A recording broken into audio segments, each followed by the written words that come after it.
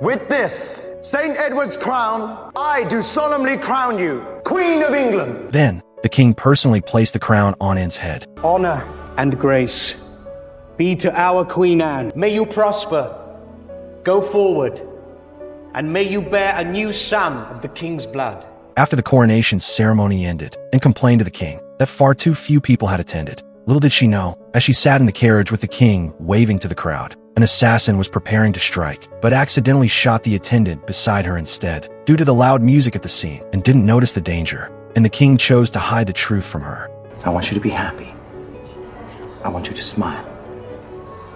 Remember, you are my queen now. As Anne's belly grew day by day, to avoid harming the baby inside, she refused the king's advances. Left with no choice, the king went out for some air, but his attention was caught by a maid downstairs.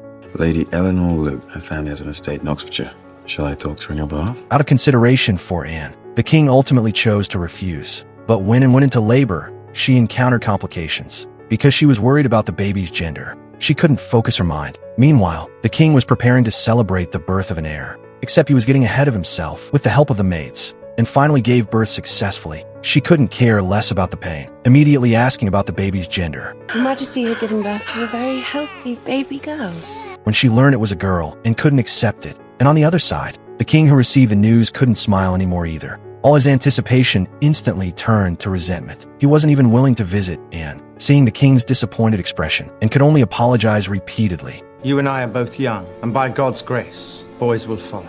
The king left without even looking at his daughter. The neglected Anne could only care for her newborn daughter alone, because Anne had fallen out of favor. Elizabeth was also despised along with her. At the princess's christening ceremony, the king, as the father, never showed up, and knew in her heart, if she couldn't give birth to a prince soon, she'd probably struggle to keep her position as queen.